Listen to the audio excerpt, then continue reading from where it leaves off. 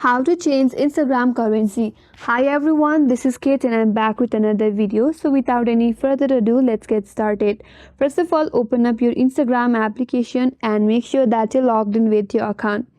Now, from your home page, navigate to your profile page by tapping on the profile icon from the bottom right corner.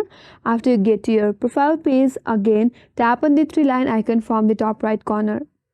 From here, scroll down a bit and there you will find an option as orders and payments. Tap on it.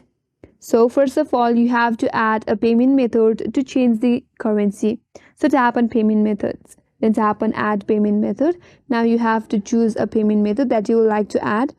Then tap on it. Now after you add a payment method to your Instagram, there you will find an option to change the currency.